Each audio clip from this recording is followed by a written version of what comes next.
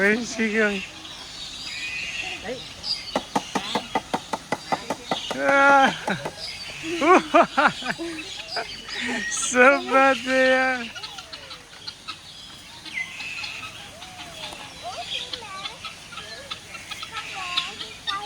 Yummy.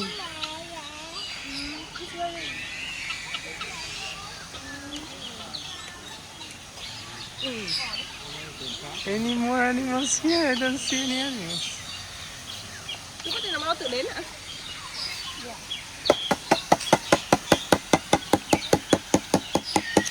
Where are they? They're not coming. So bad.